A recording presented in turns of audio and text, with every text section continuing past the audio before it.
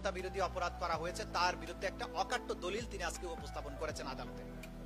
তিনি আইজিপি হিসাবে দায়িত্ব পালনের আগে র্যাপিড অ্যাকশন ব্যাটালিয়নের মহাপরিচালক হিসেবে দায়িত্ব পালন করেছেন। সেই সময়ে র্যাবের ভিতরে কি ধরনের কর্মকাণ্ড হতো সেই ব্যাপারে তিনি সাক্ষী দিয়েছেন। তিনি তার অফিসিয়াল পজিশন জানেন, যে সেই সময় র্যাবের প্রধান হিসেবে তার যে সমস্ত জিনিস জানার কথা, যেগুলো সাধারণ কোনো মানুষের পক্ষে জানা সম্ভব নয়। কিভাবে টিএফআই সেলের গোপন বন্দিশালা পরিচালিত হতো, কিভাবে সেখানে ভিকটিমদেরকে অত্যাচার করা হতো, কি পদ্ধতিতে গ্রেপ্তার হতো, কি পদ্ধতিতে গুম করা হতো, কি পদ্ধতিতে লাশ ডিসপোজাল করা হতো, সমস্ত বিষয়ে তিনি বলেছেন। সেই কাজগুলো র্যাবের কোন উইং, কোন কোন ব্যক্তি, কোন কোন পদধারী সেগুলো করতেন, সেগুলো তিনি অকাট্য সাক্ষ্য প্রমাণ দিয়েছেন। তিনি আরো বলেছেন প্রধানমন্ত্রী নির্দেশ কিভাবে দিতেন, তারিক আহমদ সিদ্দিকী কিভাবে বাংলাদেশের এই মানবতা বিরোধী অপরাধ গত 15 বছরে যা কিছু হয়েছে তার সাথে কিভাবে সম্পৃক্ত, স্বরাষ্ট্রমন্ত্রী কিভাবে প্রধানমন্ত্রীর কাছ থেকে নির্দেশ পেতেন, কিভাবে সেই নির্দেশ নিজের দিকে ক্যারি আউট করা হতো।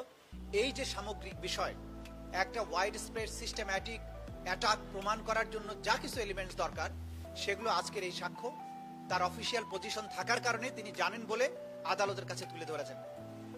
তিনি অপরাধ স্বীকার করেছেন, একই সাথে সত্য উদ্ঘাটন করেছেন এবং আদালতের কাছে প্রার্থনা করেছেন তাকে যাতে ক্ষমা করা হয়, কিন্তু সেটার চূড়ান্ত সিদ্ধান্ত নেবার ক্ষমতা আদালতের।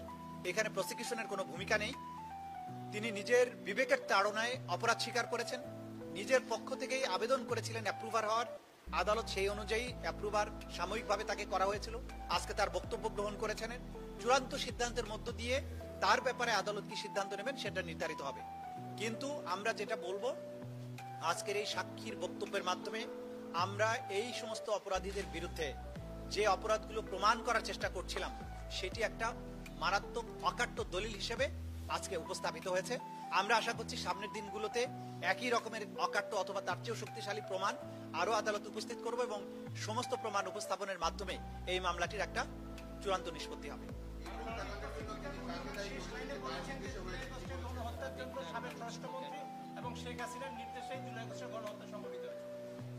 নির্দেশনা যেগুলো তিনি খুব ক্লিয়ার ল্যাঙ্গুয়েজে, কোন রকমের দ্বিধা ছাড়া, কোন রকমের দ্বিরুক্তি ছাড়া খুব ক্লিয়ারলি বলেছেন যে জুলাই আগস্টের গণহত্যা এবং মানবতা বিরোধী অপরাধ যেগুলো আগে হয়েছে সবকিছুর মূল নির্দেশদাতা হচ্ছেন তদানীন্তন প্রধানমন্ত্রী শেখ হাসিনা।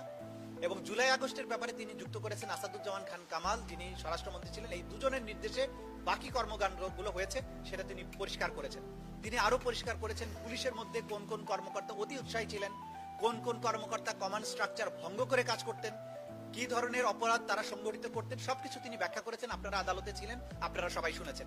আমরা বিশ্বাস করি আপনাদের মাধ্যমে এই সাক্ষীর যে বক্তব্য সেটা গোটা জাতির কাছে পরিষ্কার হবে।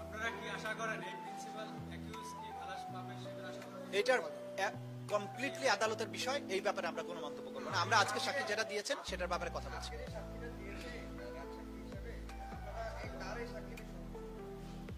আমরা সন্তুষ্ট অসন্তুষ্ট কোনো কিছুই বলবো না।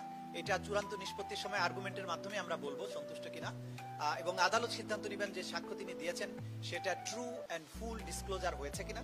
সুতরাং এই স্টেজে জাস্ট কি বলেছেন সেটাই আপনাদেরকে বলতে পারবো, এর উপরে কমেন্ট করার সময় এখনো আসেনি।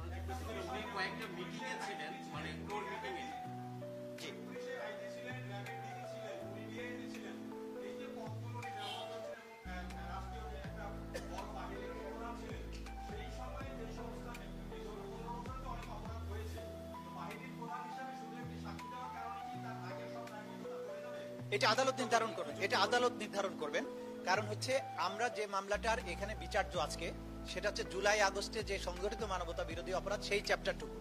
এর বাইরে গুম এবং এক্সট্রা জুডিশিয়াল কিলিং গত 15 বছরে যা কিছু আছে সেগুলোর কিন্তু আলাদা আবার বিচার আছে।